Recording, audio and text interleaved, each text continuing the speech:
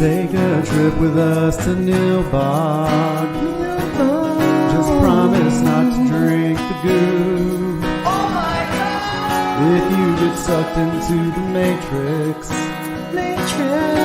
we will send a phone for you. Do you believe in fate? But every movie has a plot hole, and every hole gets filled somehow. Whiskey, wine, or blue milk. Just don't cut me off right now.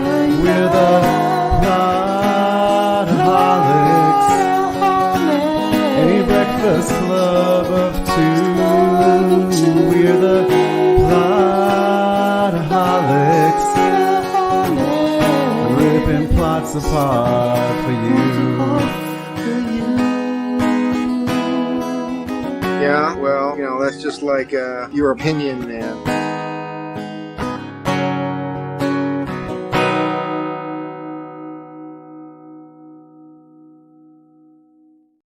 Hey there, everybody. Welcome to another one, I guess, of the Plotaholics podcast. I'm Shane Wilson, allegedly, and that is Brian, definitely tan. I am still Shane Wilson. Are you sure? Allegedly.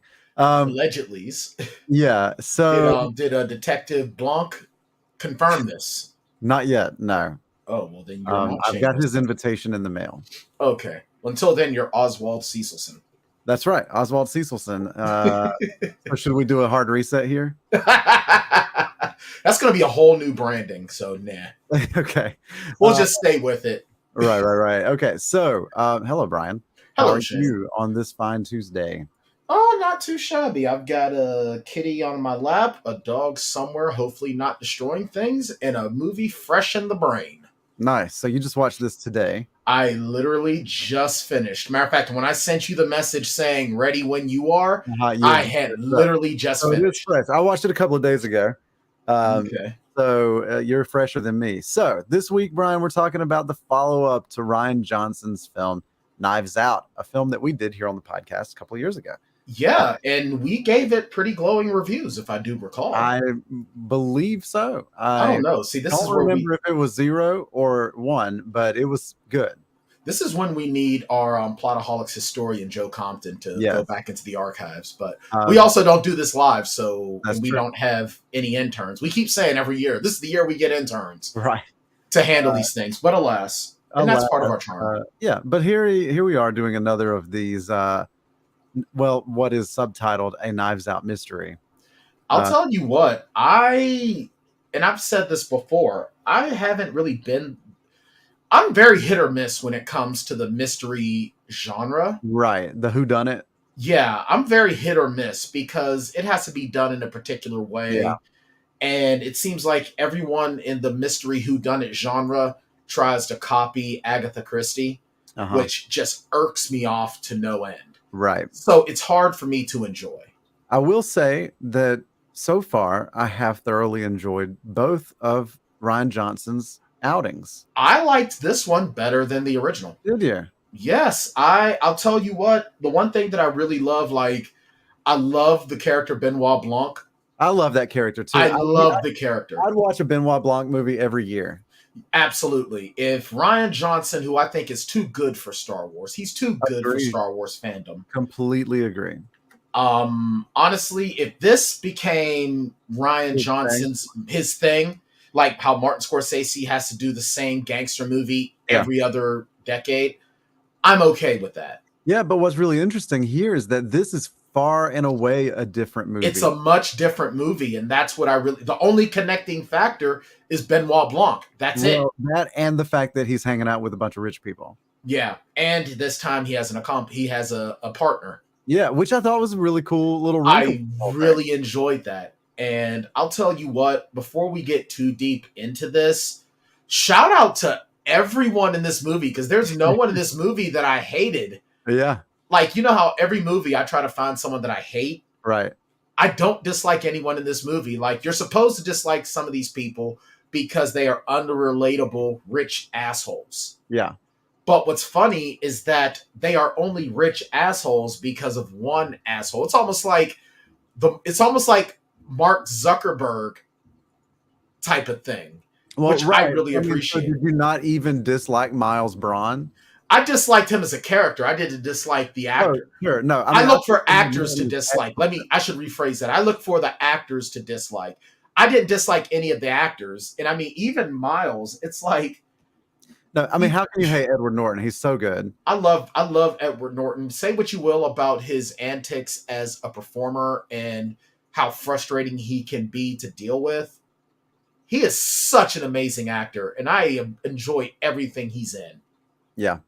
So why don't you slice us a little synopsis here before we get too far into it? Clear, the new thing. Created by the man, the myth, the legend, Miles Bron. But there is something nefarious behind this success. Can the world's greatest detective figure this out? We shall see. Spoiler alert? Most likely, yes. Okay, so a couple of things. Yeah. The movie has distinctly two different halves to it. Yes, it does.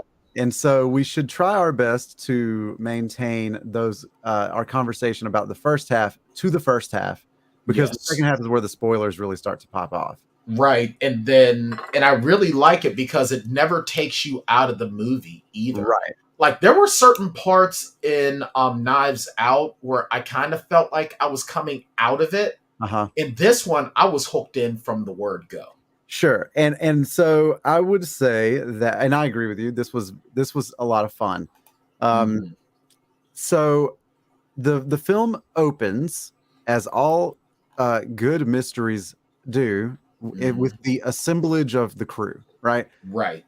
And Miles, who is this, like you said, a Zuckerberg type, there have been a lot of comparisons drawn between him and Elon Musk since it's come out. But I think at the time of the writing, it was more likely that it was a Zuckerberg type. Yes. Or a Bill Gates type, or well, not even Bill Gates. Because it's a Zuckerberg because of the. It's a Zuckerberg because of the, at least in my opinion, the accusation of theft of intellectual property. Yeah, I think that's the big one. I think it's a little Musk just because of like the inventor sort of thing, you know. Yeah, that's the only part of it where it's musky. Right. Yeah. So before we get too far into these things, we should say, because it's relatively new movie. Spoiler alert! Spoilers this week. If you have not watched Glass Onion, it is on Netflix. Please do yourself a favor and go check it out. Absolutely. You know what? Let me do the blanket as well. All this month is just one big spoiler alert this month. Yeah, sure. Yes. But yeah. So we open with these puzzles being sent out to all of the friends of Miles Bron to a murder mystery party, right? Yeah, and this is also taking place during the pandemic, right? So, like a really, I appreciate the fact that it was set in 2020 and they didn't ignore that. Yeah, because it would be so easy to do, right? But no, they kept with it, and we're starting to see a lot of movies that are taking place around that time frame. It's showing what life was like. You know, you're seeing the people masked. I'm glad because it means that it's not going to get lost in history. You're not going to be able to just slap a coat of paint over it and ignore that it ever happened. Right.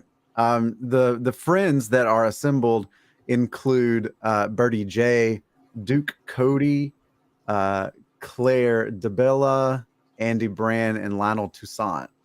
With Peg, Birdy's assistant, and Whiskey, Duke Cody's girlfriend. Yes. I think one of my favorite bits in this movie was the guy on the aisle. That's just randomly there. They're like, who the hell is that? No one else is going to be here. He's like, oh, he's just hanging out. He's going through some things. He's not a part of it. And it's like, there's so many things in this movie that are typical of the murder mystery genre. Like that guy is like, would normally be seen as like a misdirect, right? Yeah. Like, well, it's obviously him. He's not supposed to be there. He's the odd man out. But like, this dude really is just hanging out. He's really and he's so random. It's just hilarious. Yeah. I want to give a quick shout out as well to the cameos. Yeah. I want to get that out of the way first. For one, I definitely want to give, a shout out and a rest in peace to Angela Lansbury, which it was cool seeing her. But then you got Kareem. I love the Kareem Abdul-Jabbar, Steven Sodenheim, and Natasha Lyonne gaming session with them and Benoit Blanc. That was so funny. I loved the Benoit Blanc gaming stuff so much because first he's playing Among Us, which was a big game during the pandemic for a lot of people. Right.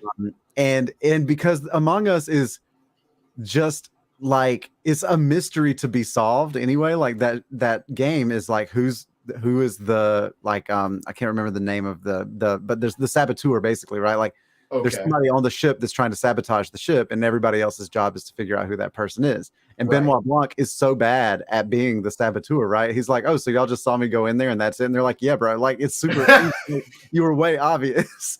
And even later in the movie, he throws mad shade at Clue, the board game. Yeah. It's great because it's like he's not good at he's like those guys that I can't watch baseball in person, but put me on the field and I'm amazing. Exactly, for sure. Because I love that. Because he shows up and he was not sent an invitation to the murder mystery party. Yeah, he just said, I just got the box and I'm here. Yeah. And you love, though, how like Miles is like real kind of like taken aback, but he plays it real cool. Yeah. When he shows up, then he goes, can we have a minute? And he goes, yeah. And he goes, I'm sorry, but what are you doing here? Right. He's like real polite. Yeah. What are you? You're not supposed to be here. I didn't send you an invitation. He's like, well, I got one. Right. Like, so Benoit Blanc sort of starts to read that as like, somebody invited me. Like, is somebody planning on doing something to this guy? Right. Right. Again, as we know later, this is all a misdirect, but this is the way things. Yeah. Let's stay on, the first half of it. And that's where we're at as well. Yeah. And he even says, you do realize that you've brought these people here. They all have a reason to hate you and kill you. And you've put into their mind the idea to kill you. They're isolated. No one is coming. Right. It's like it's like the worst perfect setup ever. Yeah. And it's so incredibly like meta. The fact that all of this happens at a murder mystery dinner party game during the pandemic. Right. Exactly. Yeah. So they get to the dinner, right? Right. And he like launches into the game, and Benoit Blanc, this just is so funny. He goes, well, what's the prize? And he's like, there's not. He's like, well, you said like winner, so I thought there might be a prize, like an iPad or something. He goes, okay, fine. Winner gets an iPad. And then Benoit Blanc is like, so we've started now? He goes, yeah. And he says, I just want to make sure, like, I don't need an iPad, but but like, here's how it went down. And he like spells this thing out from the jump. I mean, like, they hadn't even done anything. The dude isn't even dead yet. And he just killed the game. Yeah, he killed the game outright. And then as soon as his explanation is over, like, then the murder happens exactly the way he said it was going to. Terrifying. And Edward Norton is so annoyed the whole time. He's just like, right. He's so pissed. And everyone's just looking like, what in the hell? Like, this is just the biggest waste of time ever. Right. I'm sorry. I'll ruin your party. Right.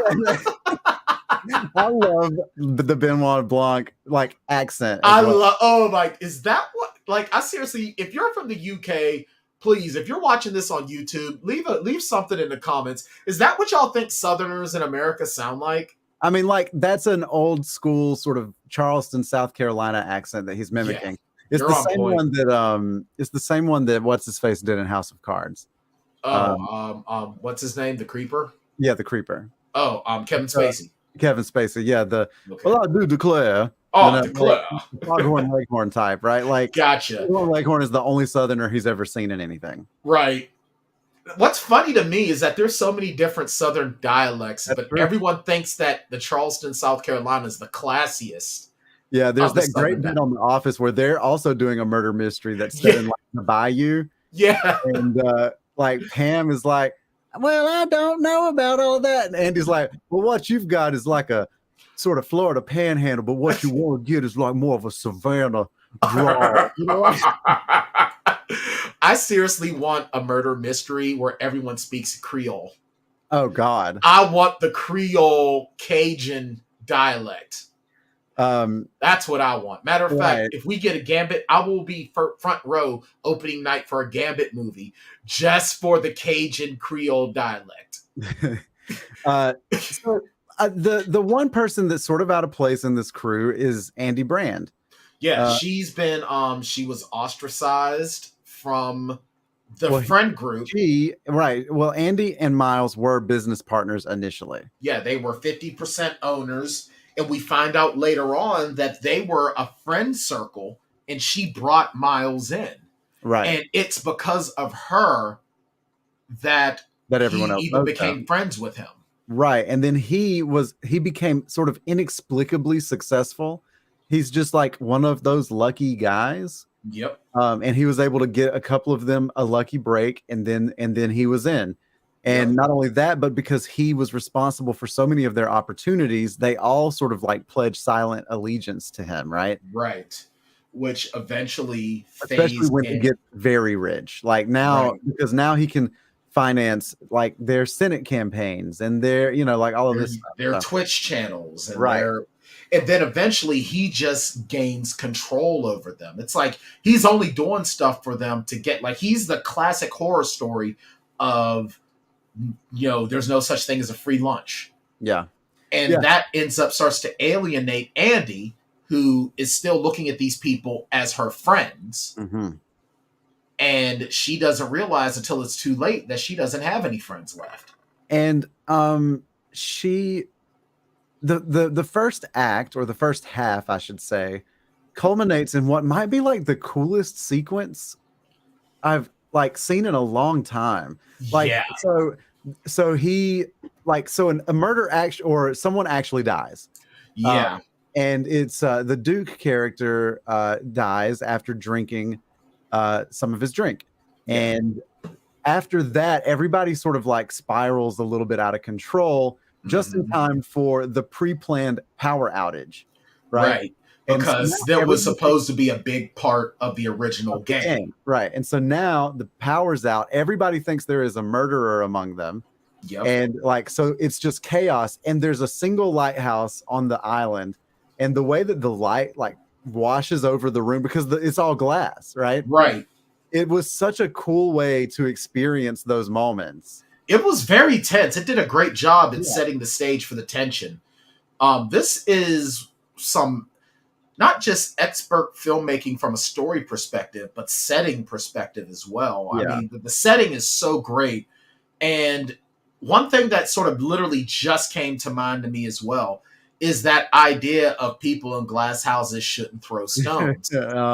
So we get this lighthouse that's really perpetrating more of the fear and the anxiety of the situation. And then Whiskey shows up. Andi is destroying our room, blah, blah, blah, blah, blah. Benoit goes outside and catches her. Yeah. And then she's shot from the inside of the house. Right. And then we get to this whole, Benoit comes back in and he's like, there is a murderer here.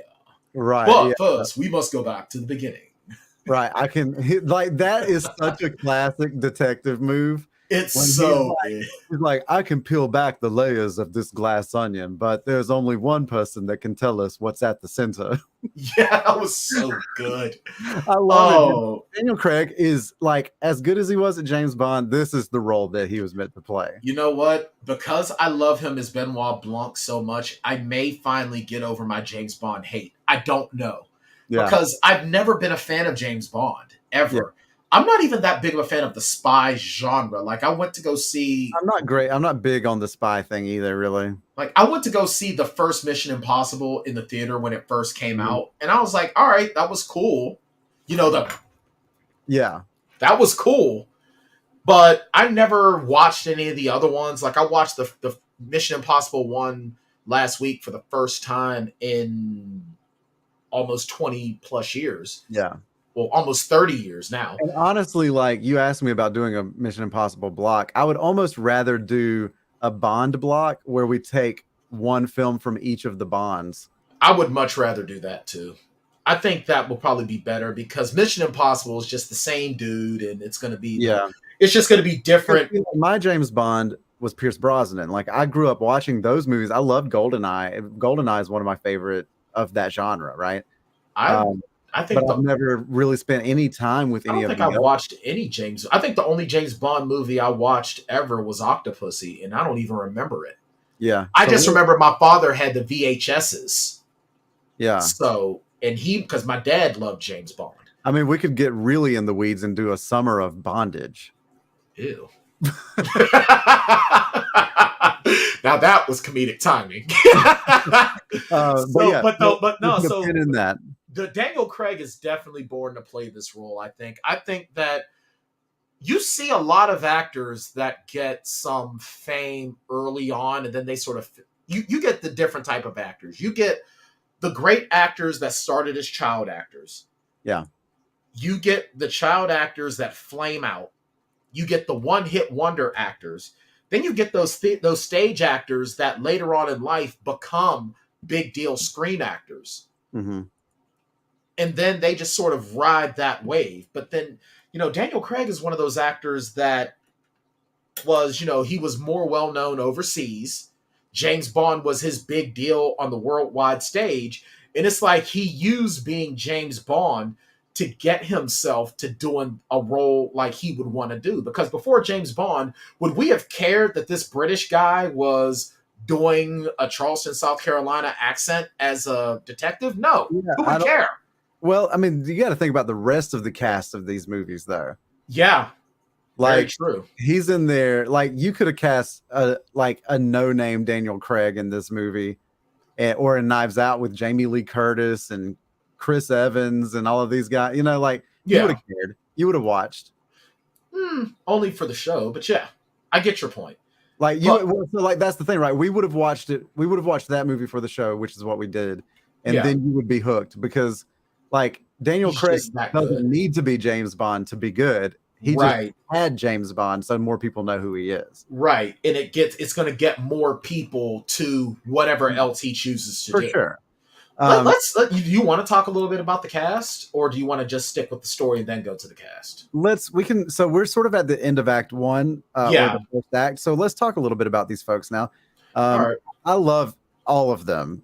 Everyone is so good, but I have to give more credit to Dave Bautista. Yeah. Because this is a guy who's really grown into his craft. Sure. Yeah, no, he's very good. And even Rian Johnson says that he is the best wrestler turned actor. I'll tell you what, and I am not going to challenge that because, look, as entertaining as The Rock is as an actor, he's not a good actor. He's a performer all the time. He's not an actor. Right. He is charismatic, and that's what makes his movies good. But he's pretty much the same character in every movie. Just different aspects of, you know what? Yeah, sometimes he just smiles more. Right. Basically, he's kind of like George Clooney in that regard. George Clooney is never a different guy. Charismatic dude. Right. He's just a charismatic, handsome man. Where Dave Bautista, there is zero aspect of Drax the Destroyer in this character. Yeah. There is zero aspects of Duke in any of his other characters. You know what I mean? Like, it's the to be an actor is to allow yourself to disappear into whatever role you're playing. Right. You never forget that you're watching The Rock when he's on the screen.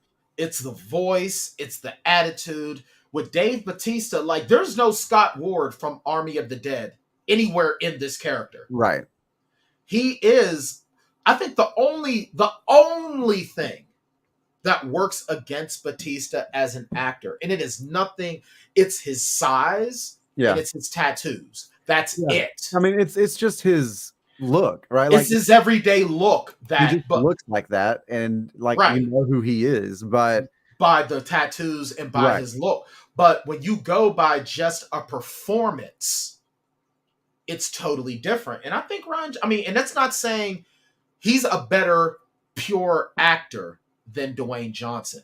Doesn't mean he's better. Yeah. It's just that they're different styles. Or John Cena. And I would say that the biggest difference is that Bautista has shown his capacity for different kinds of roles, whereas like John Cena is at his best in funnier roles, and The Rock is at his best in more action-driven roles, right? Like, but Bautista has shown already that he can do a few different things. Yeah, because he now granted, I have not watched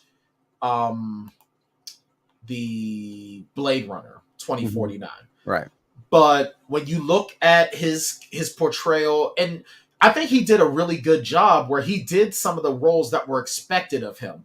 These action movies that, you know, whatever. But he showed he could be funny in Guardians of the Galaxy. Right. And then when he started, you know, Heist and even some of his behaviors in Infinity War.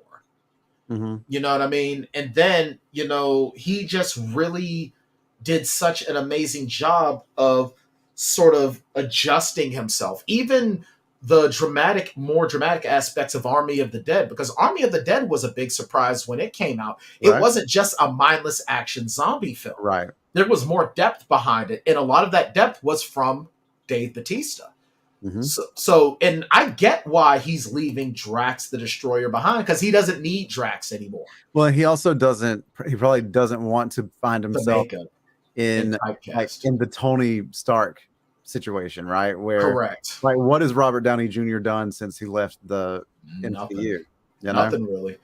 Yeah. So, but definitely giving some love to Dave Bautista. He's so good. I definitely want to see him in more things. Even I'd like to see him do something where it's strictly dramatic, just to see how he does. Yeah. You know, Leslie Odom Jr. as Lionel Toussaint, I really appreciate it, because as a black man, I like seeing a black man in a position where he's not an athlete or anything like that. He's this super genius inventor. Well, that's what's so interesting about this whole thing, right? Is that once the shoe drops and we realize that Miles Bron is just an idiot, like he's faxing all of this random shit to Lionel Toussaint in the middle of the night, and Lionel Toussaint is the one that figures out what it means, which is really just himself like inventing really cool shit, right? Bron can take advantage of, right? Or take credit for. Exactly. And it's almost like he's reserved himself to being Miles's think tank. Right. And I love Leslie Odom Jr. Leslie Odom Jr. plays Aaron Burr in Hamilton. He was so good in that. He was so good in that. So good. Like, I could actually see this summer, maybe July 4th week, we should do Hamilton, maybe. I think we should do that. I think so. We'll take a break for a week of whatever we're doing this summer, and we'll do Hamilton. I think that's a good idea. And that'll be our first musical. I think so. Well, I mean, other than like A Star Is Born and et cetera, right? Touche. But that'll feel more like an actual musical. Yeah, I love Leslie Odom Jr. He's so fucking talented. And in the same vein, like in terms of like musician turned actor, like Janelle Monae. Number one, I love the fact that she was able to pull off her ruse the way she did. Yeah, now there's a talented woman, right? She's playing two different characters, and she's playing a character she's just a chick, playing a different chick. Exactly. But she was so convincing. Because we don't want to talk too much about that. Right, yeah. But Janelle Monae is wildly talented, beautiful, like great voice, all of that. Like, but yeah, great actor. I don't know that I've seen her act in anything. I was looking to see what else that she's done. Now, obviously, yet another musician turned actress. She's only been acting since 2009. She was at Stargate Universe, so she was just in an episode. Then she did some stuff on American Dad, but she was in Rio 2 voice. Nothing really that has been on my radar. Like she was in Lady and the Tramp as a music voice. videos, right? Yeah. Then like she's done Harriet, Homecoming, and Antebellum, which was nowhere near on my list. Right. So I mean, and now that I'm looking at this film, Antebellum, I kind of want to watch this. So she's sort of come up real sneaky, she was in quiet. Moonlight, which was an Oscar winner. She was in Hidden Figures. Okay. In 2016, but mostly. Moonlight. That was a good movie. I forgot that she was in that. Moonlight. Have you watched it? I have not watched Moonlight. Moonlight is a very good movie. That's another movie I think that if we do like an indie film block, we have to do that. Or if we do a black cinema block, we have to do that. Yeah. Yeah. Now I remember her in that. Okay, it's been a few years since I've seen it. And that cast is kind of bonkers too. For Moonlight. Oh, absolutely. I mean, Mahershala. Number one, you got Mahershala Ali, which is always great to see. But I mean, Naomi Harris, Trevante Rhodes murdered his role in that. Like absolutely killed that role. It's a great film. Actually, I remember now part of the reason why I haven't watched it. One of the other leads in that film was also in Ava DuVernay's How They See Us. And if I see that actor, it's going to take me back to that, and I'm not ready to revisit those feelings. Yeah. Man. Janelle Monae, so amazing in this, and I'll tell you what.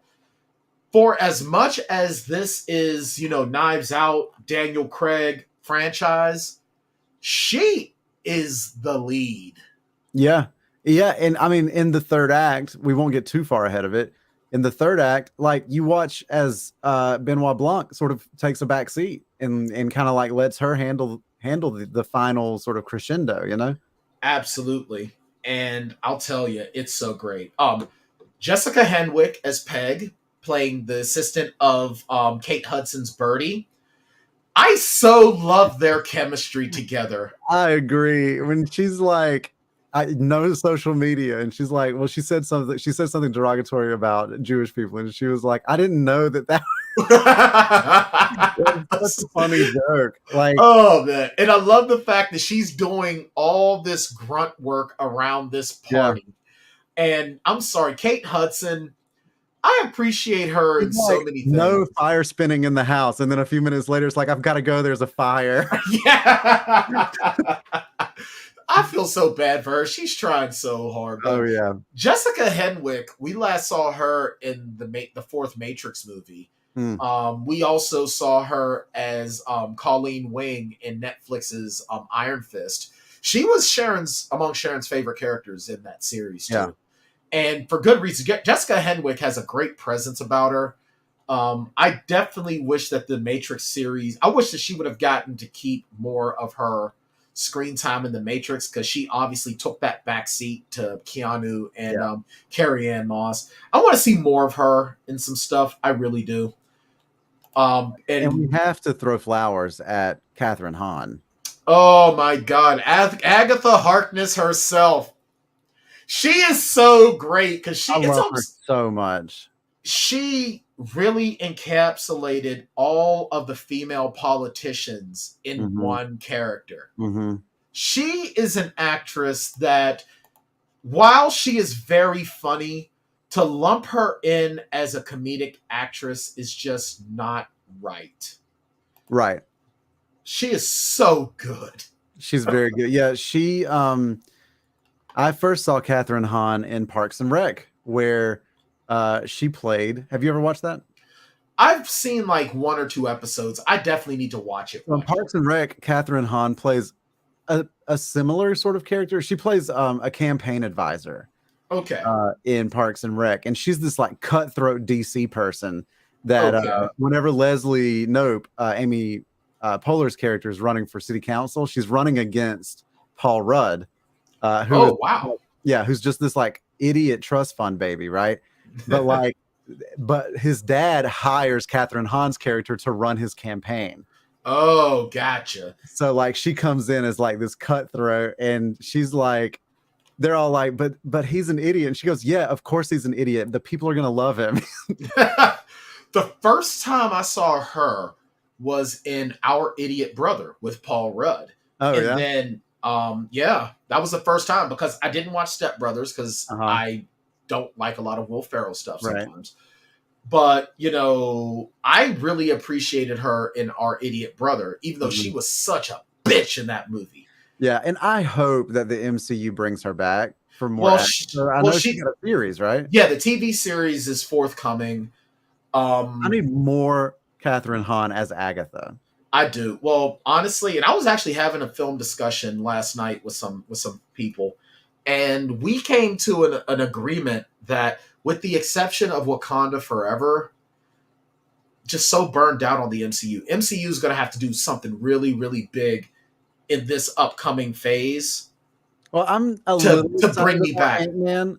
Like I like Ant-Man movies more than I think most people do.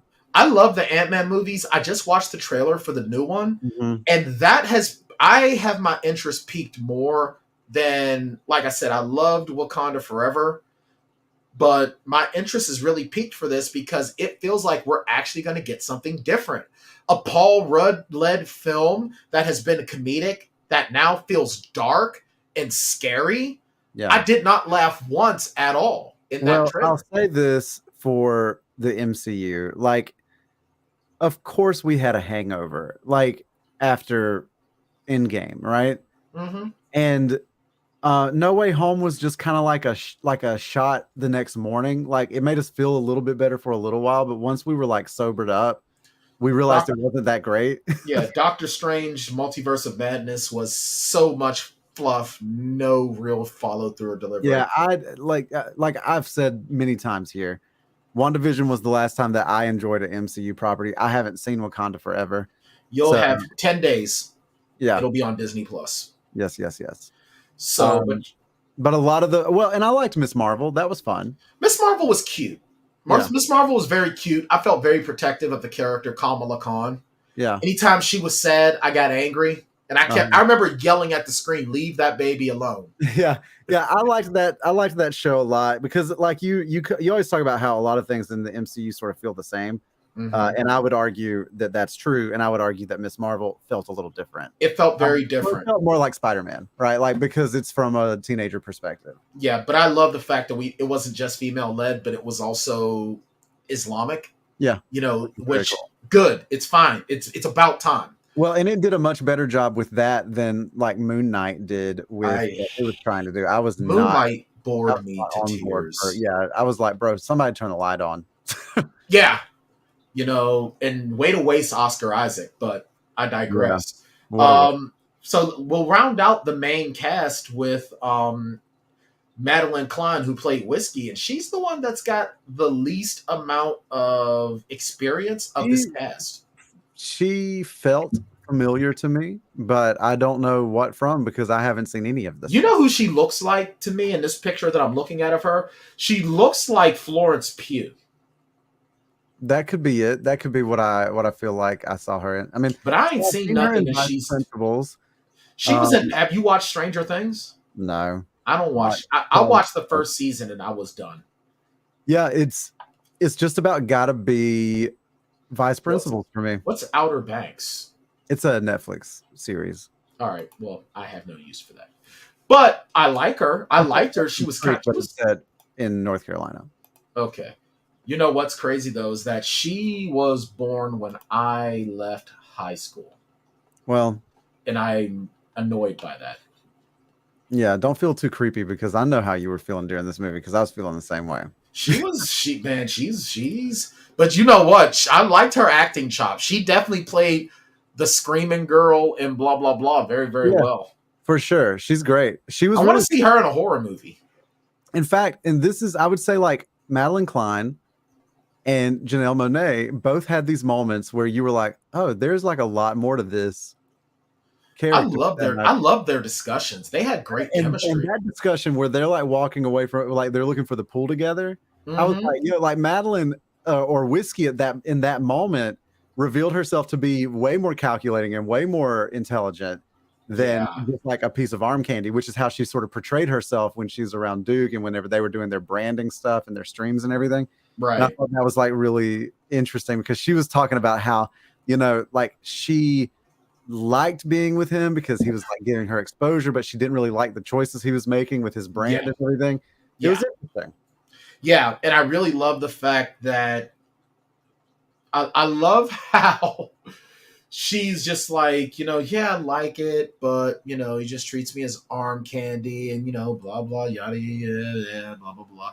But I love Duke with his mom at first. Yeah, honestly, that was too funny. Hilarious. His mom was great. I actually meant to mention this earlier. Whenever they were all solving the puzzles in the box, right? Yeah. The mom was like calling out what they all were. And then whenever Benoit showed up to the island, he was like, yeah, it was in the box, had some children's puzzles in it. It was, it was fun enough, I guess. Like it was like the Benoit and Duke's mom were both just like not impressed by how like complicated this box was supposed to be. Meanwhile, I'm looking at this like I could never have solved this.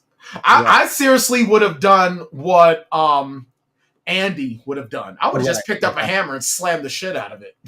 Yeah, so this movie is really smart because in hindsight, you realize that everything was in front of you the whole time. Like they weren't hiding anything.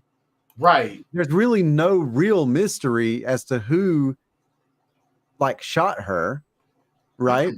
Like I never doubted for a second that it wasn't who it was. You know what I mean? I kind of was waiting to see how everything would come together, but once we found out the big, all right, we're at 41:10. Yeah, this is your final warning. This is your final warning.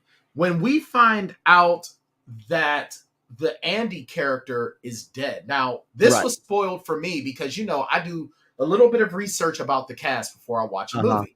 And I saw where it said Helen and Andi Bron, twin sisters. I'm like, okay. So either I hate that was spoiled for you. I was kind of upset, but then it was like, but I'm also the type of person where it's the fun is the how it was done. Right. Yeah, exactly. And I feel like it was done really well. I think so too. So my sister died, she died of suicide. I'm sorry. Yeah. Oh, but she didn't kill herself. And then she just breaks everything down.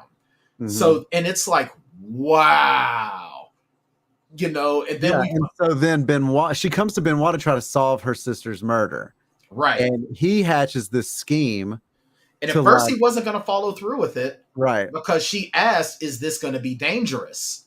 And I'm wondering why he was kind of crying, and then it's like, "Oh, you got this woman killed," right? And then we find out all that's going on. We find crying. Yeah, he wasn't crying at all. Thank God for Jeremy Renner. Right, Jeremy Renner's hot sauce. Oh my God, the name dropping in this movie was so hilarious. Yeah. And one of the funniest aspects of this movie was Serena Williams. Yeah. Like you think it's just like her, like just, her digital image. And she's like, so are you guys going to do a workout at all? Like she's heard the whole thing. Right. And she just is so disinterested. Yeah. Like, no, we're fine. All right. Well, your money. So they then fake Andi's death. Yes. They held back Andi's by the journal, right? They held back Andi's death getting out for a time. And Helen, I guess, is really what I meant to say. Yes, they faked Helen's death to basically draw out the real killer. Right.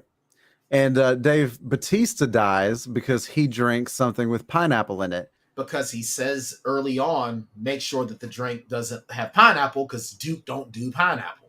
Yeah. Also, this whole time, there's this the Mona Lisa is in the house and it's behind this protective glass that continues to like soup, like it's like on a whole movie. Right? Yeah.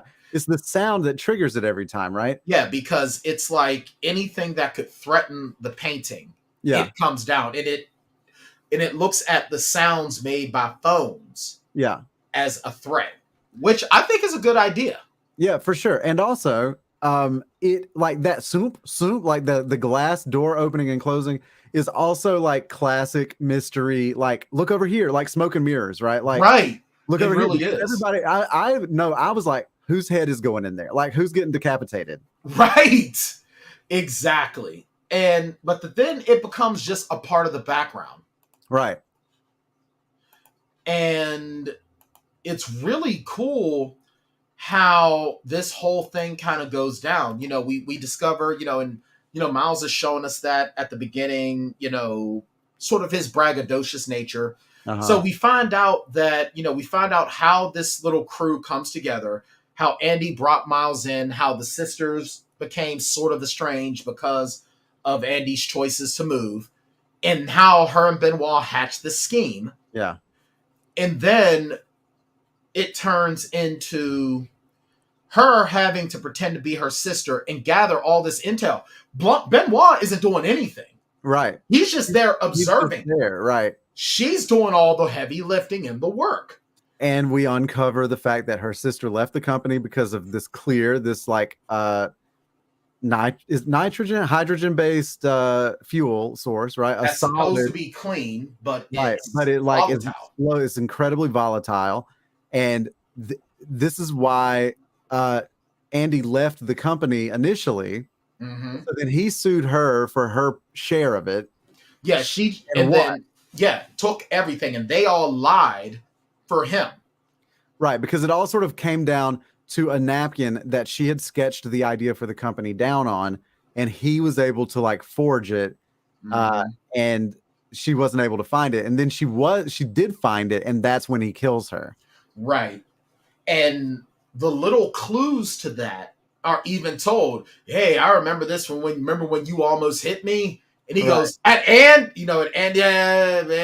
Cooper's party. Right. And at first it seems like he was, and what's funny is that in the moment, it's just two old friends recollecting a memory. Yeah. But it's him talking over him. And there's so many of those things that like the movie does what I love, where it like as the pieces are falling into place at the end, it like flashes back to all of the clues that it gave us all along the way and just puts them together for us like a puzzle. And I love that. I really appreciate it. Like scratches my brain in a really nice way. Yeah, because it makes you think. You're not just losing yourself in a mindless movie. And what's so cool about the second half of this thing is that we watched the first half from a different perspective. Right. And that was really cool. Absolutely.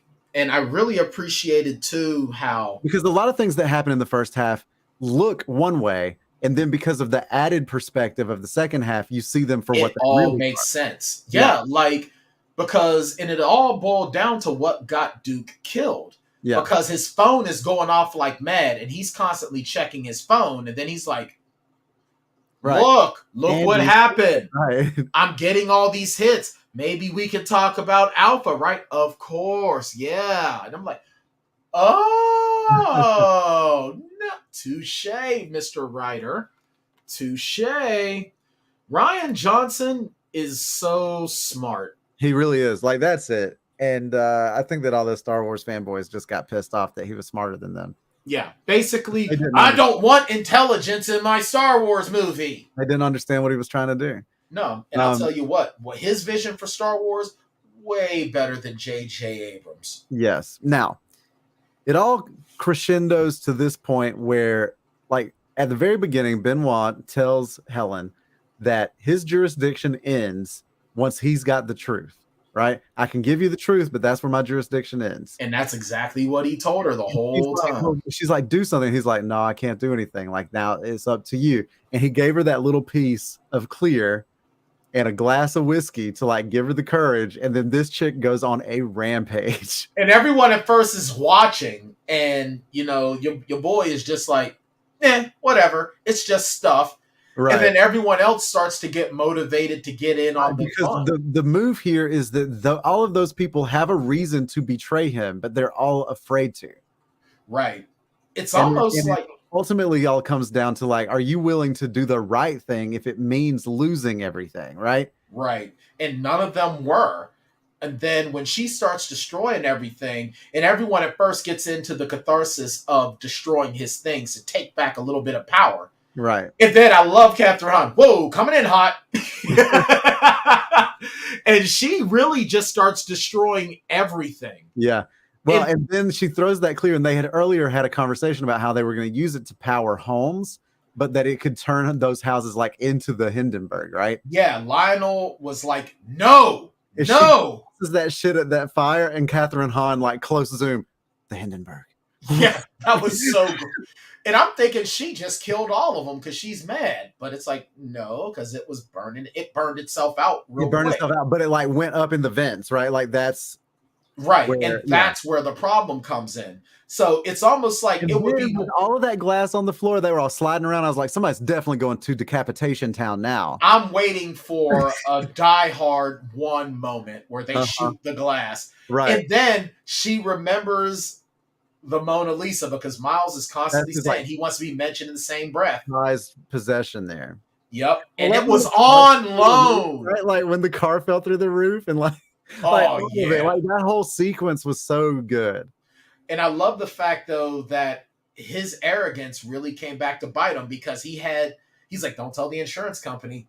Yeah. But I have this fail safe so that it won't do it. And she hits it and it just gets destroyed. Michelle made 2 really awesome observations while we were watching that final sequence. Okay. One is like the audio cuts out, right? And that's another thing that Rian Johnson likes to do is like play with audio levels. Yeah. But the audio cuts out and it's just the music, right? As the Mona Lisa's burning up. And like it goes close in on Miles's face, and he's essentially the screamer, right? Like the swirling oranges all around him. He looks like that painting The Scream. Yeah. And then at the very end, we get one final shot of Helen looking at the camera, and she's wearing the Mona Lisa smile, right? Like, it's like barely a grin, you know? Mm-hmm.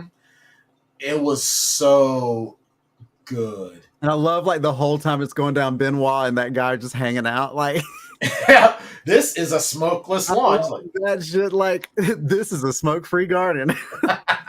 And he's like, fucking A, man. And I love how Miles is all, blah, blah, blah, blah, you're a baby. Blah, blah. She goes, your Clear just destroyed the most priceless and famous painting in the world, you idiot. Right. You're ruined. And that takes you back to Trading Places. Mm-hmm. What's the best way to get even with rich people? By making them poor people. Yeah. Now, he rented that painting. Yeah. He's not only losing the money for the rent, but now he's liable for that thing. Man, who knows what do you think that would even cost if they sued him for that? Because they can't replace it. Everything. He's lucky that he's gonna have to show up to the Louvre every day and like pose as the Mona Lisa for the rest of his life. And he's lucky that a civil claim won't that property claim won't turn. I don't think that property claim will turn into a criminal. I don't think so. Well, actually, criminal negligence. I think he could probably get hit with criminal negligence. Also, really, I think it's also interesting that this is a private island, so there's not a law enforcement authority there. That's true. So he could just stay there, right, and be like, "Well, you can't." So now he's broke on his own desert island. Right. Exactly. Which is hilarious. Well, tropical island, but you get it was nice for sure. Yeah. I also love this was early when they first got there, and Ben was like, should we get our baggage? And then just in the background, you see one of those like robot dogs carrying all of their bags. Yeah. That was another great callback. Rian Johnson is so good at setting scene imagery and he is one of the most underappreciated filmmakers of our time. While we're sitting here and, everyone is giving all the accolades and everything to James Cameron, dude, bro, Rian Johnson is the man. He's a real one for sure. I love this dude. I love his work. I've never really seen something that he's done that I didn't like. And I know that there are a slew of people out there that dislike this guy, but I'm glad that he sticks to his guns and does what he wants to do. Yeah, he's like... We cannot say for JJ Chicken Shit Abrams. Or U Bowl, for that matter. Yeah. They both suck. Yeah. And U Bowl can try to box me if he doesn't like that I say that his movie sucks if he wants. Then he's going to run it against someone that can actually fight back. So, I feel like there's a sound outside.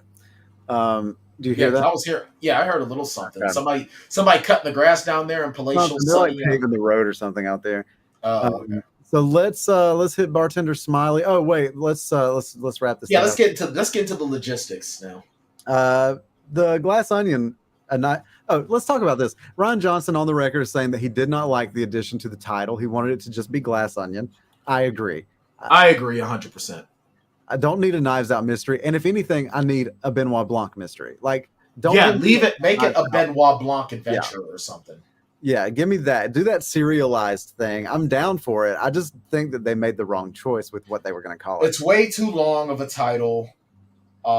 It's too clunky of a title. Sometimes you can have something like that if it flows right.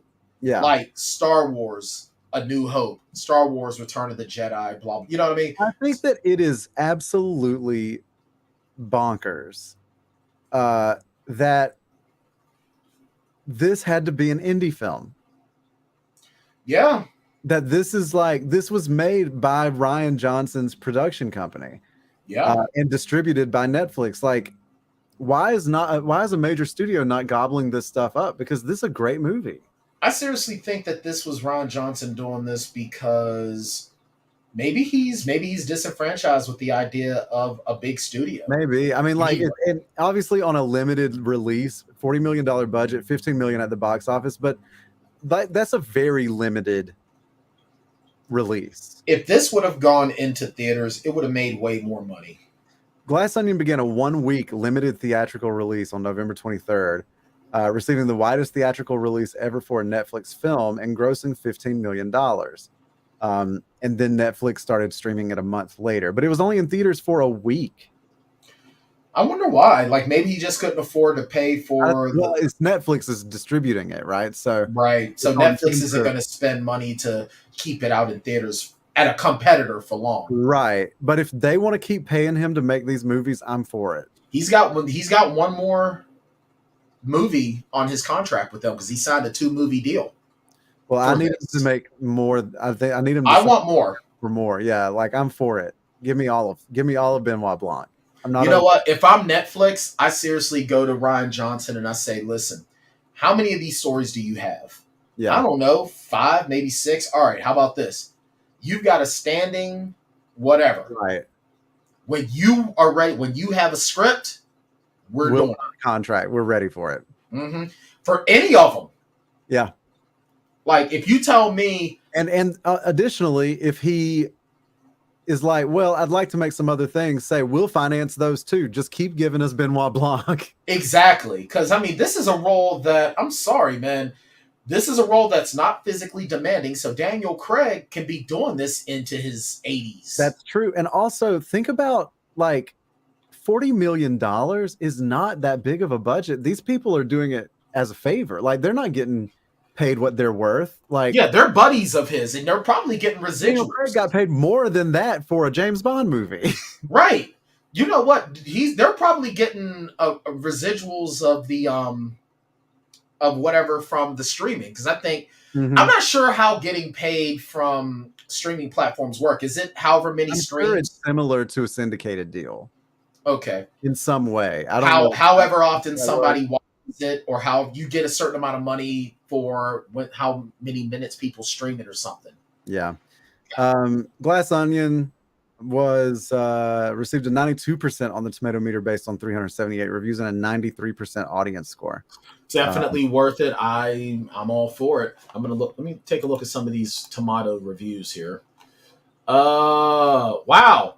Jordy Sirkin of Jordy Reviews It gave it a negative review. It's rotten. While the pieces are there for a fascinating puzzle, the final product is an overstuffed film that doesn't have the same satire smarts as the first. Well, Jordy, you're fully entitled to your wrong opinion. Yeah, I had a good time, and I don't think that this movie was trying to be tricky. No, it was literally just it put out there what was there, and you were just had to put the pieces together. Instead of it being like a tricky puzzle piece, it was a puzzle that you had to put together yourself. Yeah, I would say it was like a puzzle that was already put together, but it was face down, and you had to turn over each piece individually in order to see the full picture, right? But it was already put together. But anyway, let's get Bartender Smiley in here, and we'll wrap this thing up. Okie dokie, Smokey. The Plotaholics rating system for the movies is a pretty simple system. Basically, they rate movies based on how many shots it takes to get through them. So if you got a good movie and you get through it all the way sober, then it takes 0 shots to get through the movie. And then if you got a really bad movie, then it could take up to 5 shots to get through the whole thing. I think you can try to figure out the middle part yourself. So, what can I get you? I mean, it's I feel like I gave the first one a 0. I think this is a 0 too. I enjoyed the hell out of it. I'm definitely giving this a 0-shot rating. It accomplishes everything it wants to accomplish. It is fun. It keeps you guessing. And I'm sure if you watch it again, you're going to pick up on certain things. The only problem that I have with movies like this is that it's hard to watch this film a second time because it's probably going to be like you're already going to know what's going to happen. So a lot of the novelty is sort of taken out. But it's fun to go back to for the characters. Yeah. So, great film. Definitely 0-shot for me. All right. Next week, what's up? What's up next? I think next week is Nope. I'm here for it. Yeah, because we were gonna do Top Gun Maverick, but we decided to go with Nope instead. Yeah. So it's Nope. And then it's... I can't remember what else. And then it was going to be... Because we were going to do Everything Everywhere All at Once for the last week of the month. Right. At the end. So I think it's Nope. And then there's something else. We got to start writing these down. It's Nope. It's... hold on. I mean, I've got the answers. Give me a minute. You do have the answers. All right. So we'll do Nope this week. Okay. Then we will do The Unbearable Weight of Limitless Talent. Oh, right. And then we'll do Everything Everywhere All at Once. Yeah, because those are the only two that aren't really streaming anywhere. We got to rent those, right? I think so. All right. So Nope, and then The Unbearable something or whatever. I'll ask you for that title again next week. Right. All right. So make sure you guys, if you're checking us out on YouTube, make sure you hit the subscription part, and then click that notification bell so that way you can get notified of some or all of our content. If you're checking us out wherever you get your podcasts, make sure you rate, review, share us around there on social media. Shoot us an email, plotaholicspodcast@gmail.com, and depending on the quality of your correspondence, we'll talk about you on the air. That's right. We might talk about you regardless. It just might be meaner in some cases. Yeah, it depends on the mood that we're collectively in that day. You know how we go. It's true. All right. Well, we will see you next time. Take care, y'all. Take a trip with us to Nilbog. Just promise not to drink the goo. Oh my God! If you get sucked into the Matrix, we will send a phone for you. Do you believe in fate? But every movie has a plot hole, and every hole gets filled somehow with whiskey, wine, or blue milk. Just don't cut me off right now. We're the Plotaholics, a breakfast club of two. We're the Plotaholics, ripping plots apart for you. Yeah, well, that's just like your opinion, man.